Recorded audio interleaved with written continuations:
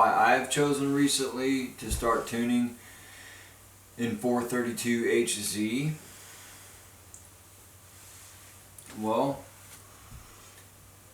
my house here is a, guitar dojo, and so given lessons, and somebody came in and they asked me the question. They said, "So, what is 440? What does that mean when I'm tuning my guitar?"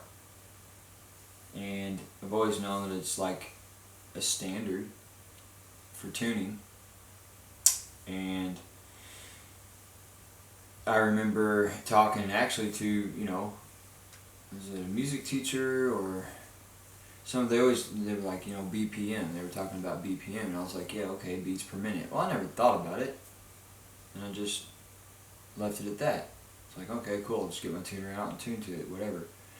Play some music.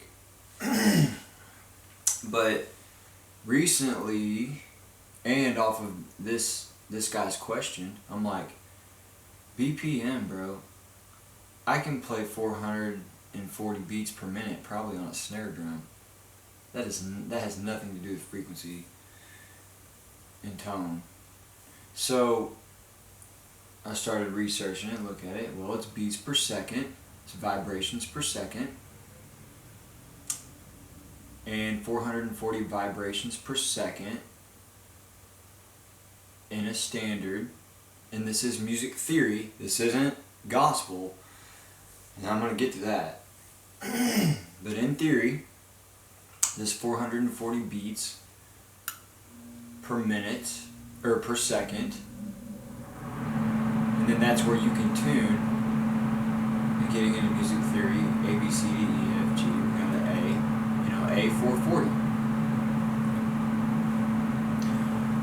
And also for a few years I've been looking up, I found, the study of sound and cymatics, and how vibrations, the materializing, being able to look at a vibration, much like you would take a magnet and put it underneath a piece of paper, and take some metal shavings and sprinkle them over that piece of paper, and that metal will contour to the geometric design of that magnetic field. So the study of sound and materializing of sound is the same way, and through frequency, and as that frequency goes up, perfect geometrical shapes form, break out and reform in perfect geometrical shapes. And to me, once again, just massive, more faith in the Almighty God, Creator, the Omnipotent, and His physical design, His physical work. I mean, no more than the birth of a child, me sitting here breathing. I mean, just even being here, that's proof. But I just love the physical, because faith, the definition of faith, the substance of things hoped for and the evidence of things unseen. So talking about faith, it's not something, it's not tangible. It's the substance, it's tangible. Here we are. Evidence of things unseen.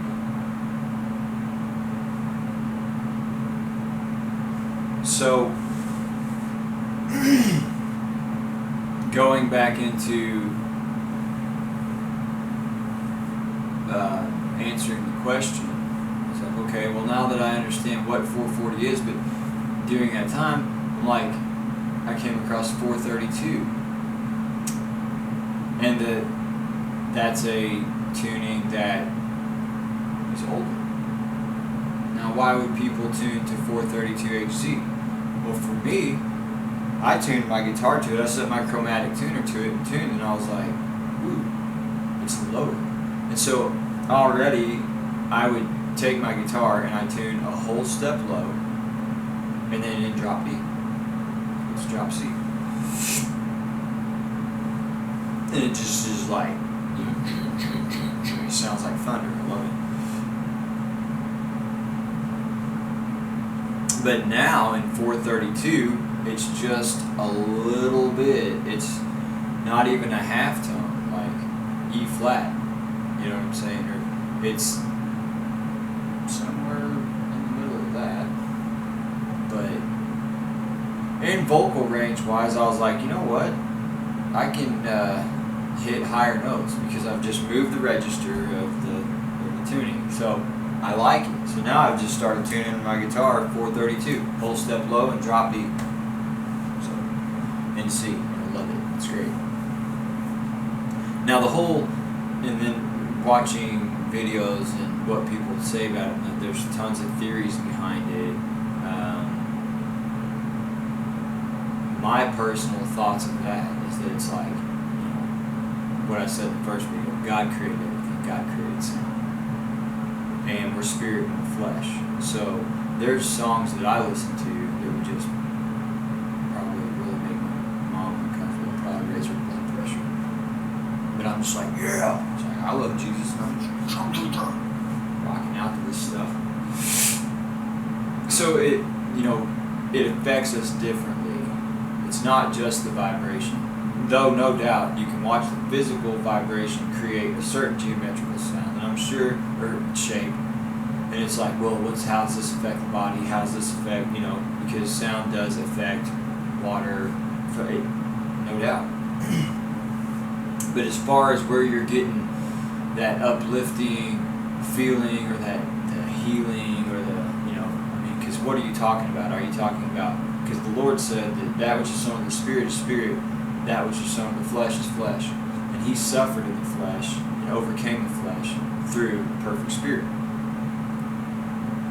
So just like sitting here in the house, it's like, it doesn't matter that I love Jesus. If it's 150 degrees in here, it's going to be hot. I can't just say, well, I'll pray about it. I don't feel it. No. Or vice versa. So there's a balance in there. But Jesus, He offered His body, stayed true, and overcame the flesh. And He went first. And He said that He died so we'd have life and have it more abundantly. It's all gospel. Everything goes back to the Lord. That's why music was created, so some angels can sit around, be around the throne and sing praises to God. So I did something pretty interesting. I was like, you know what? There's this new string company. I can talk about that for a while too. It's Guitar Authority. And Isaac hooked me up with a set of strings and put them on my guitar. They sound great. They're amazing. And it's a small, custom company. And I love that. The fact that somebody in a small town made something that meets and exceeds what's on any part of the market today. I'm very particular and I'm brutally honest. He hooked me up with those strings. I'm like, these are amazing. I'll use these. So while I was putting them on my guitar,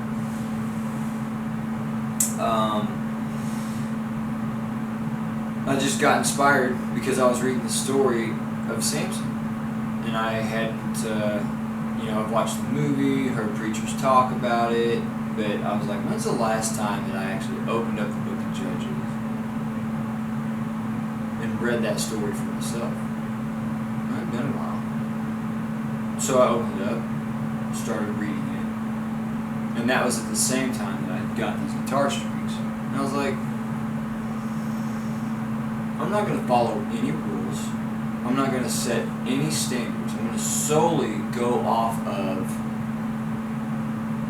how this inspiration's happening, how it's coming to me. So I took the guitar, didn't use a tuner, and just took that 6th string, went up right where I wanted to be, and then tuned in 5ths. And now I can just strum the guitar open. It's a full chord. I liked it. And then I'm thinking, what would Samson be listening to at this time when he was going through all this stuff with all the women, Delilah, and then going in that time whenever he picks up that ass bone, jaw that ass, and takes out 1,000 dudes. And I'm like, what would he be listening to? So this is where it's at. I started playing this riff, and I'm like, okay, and I got this out and started recording it.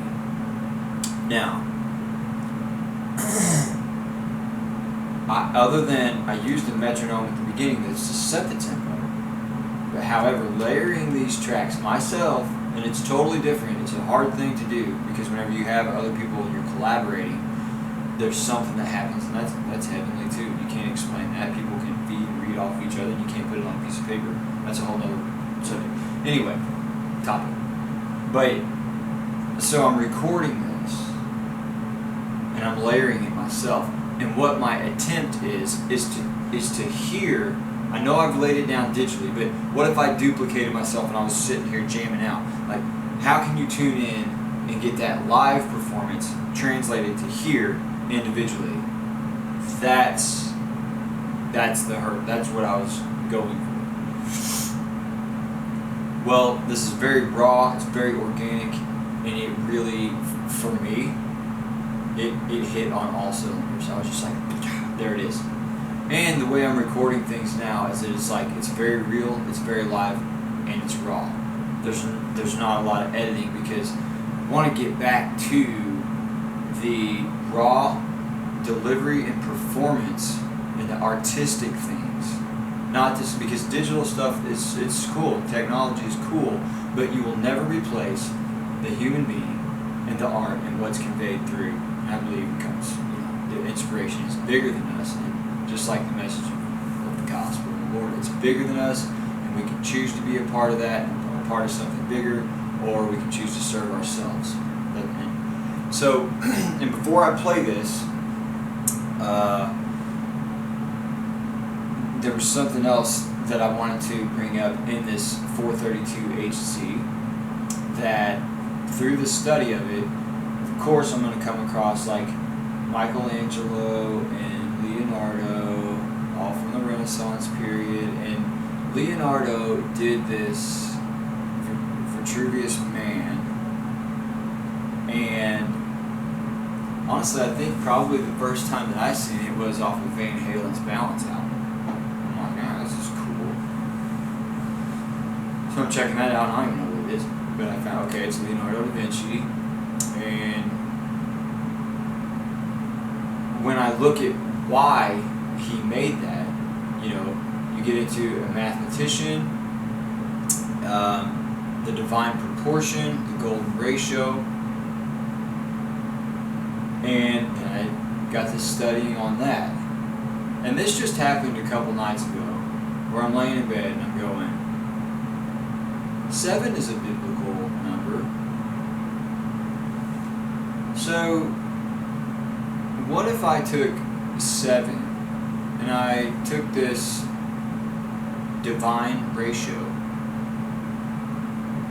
and I divided 7 by 1.618, the golden ratio? Well, that came out to 4.32. I was like, oh, that's cool, 432. Does that correlate with 432 HZ? But there it is. It came out to 4.3263288. And then the other, side of that line, the shorter side, 2.6736712 is what they came out to be. And I love because Leonardo knew, God, Michelangelo, these are men that believe, and they believe so much that they're like, it is at the utmost when you do something unto the Lord. And that's what I was going to read in Ecclesiastes 9:10. It says, Solomon said, all that thine hand shall find to do, do it with all thy power, for there is neither work, nor invention, nor knowledge, nor wisdom in the grave whither thou goest. So these are artists and men that obviously we're still sitting here talking about them today. And they believed so much that they wanted to pour everything that they were into their work to honor God. So, physically, mathematically, geometrically, the squaring of a circle, you couldn't do it. That's your physical world. Then there's the God element, the human element. And we'll never figure out God. The Bible even says that. Where Leonardo, because by the navel, you could go by the navel and put the center of the compass there, and then by the soles of your feet, and going like this, the vitruvius man, you can make the square, and then also elevate the arms like this a little bit, and then you can make that circle, and that's the squaring of the circle. That's the human aspect, and that's everything's God's own. But you want to go, you get into some preaching, with some mathematics and some geometry and all that stuff, man, we're on it. We're preaching it. Because even, I looked up the definition of science in Webster's dictionary that we go off of. Well, it's knowledge. Where does knowledge come from? It comes from the throne of God. He is all. He's everything. And that was one of the only things, like reading through Bruce's book and stuff, where he did make a statement. He said, ultimately, knowledge means self-knowledge. And I 100% disagree. Because all knowledge comes from the Lord. We're just people. And we're a bunch of figure-outs. Nobody's the ultimate. Nobody has it all figured out. Only God. Jesus is the perfect one. And all knowledge comes from the Lord.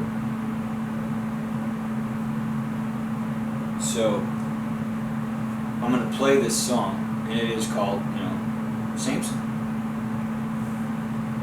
Here we go.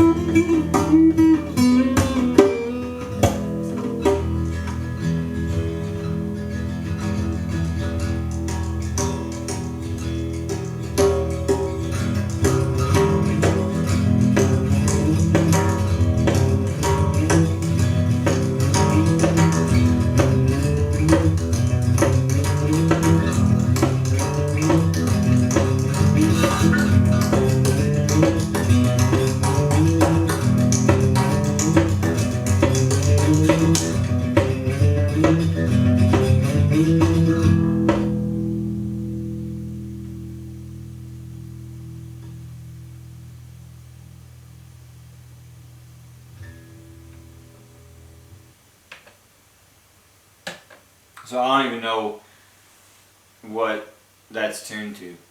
All I know is that I haven't even checked it yet. I just took the first string, went to where I thought it sounded cool, tuned the rest of the guitar to it by ear.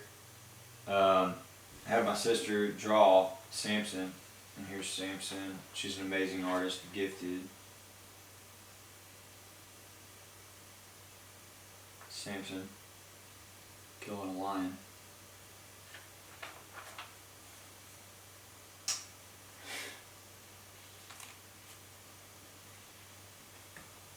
So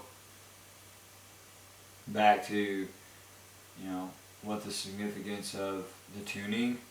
I mean, sure, mathematically and all those things, yeah, definitely has all of that. But the thing that you'll never and will never figure out is the God element of we have what, He gave us. But when you hear, if it sounds good, it's good. If it conveys a message, it conveys the message. That's what I think. I don't think you can tune your guitar to something. There's like this.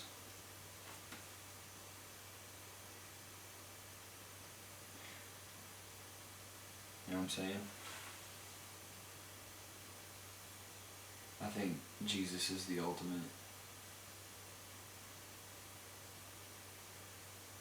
Yeah.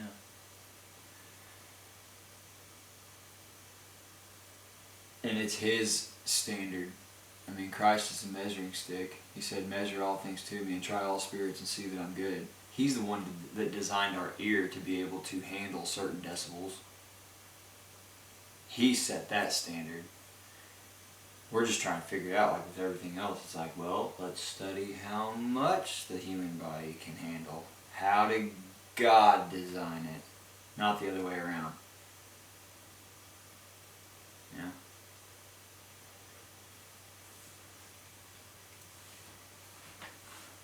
Awesome.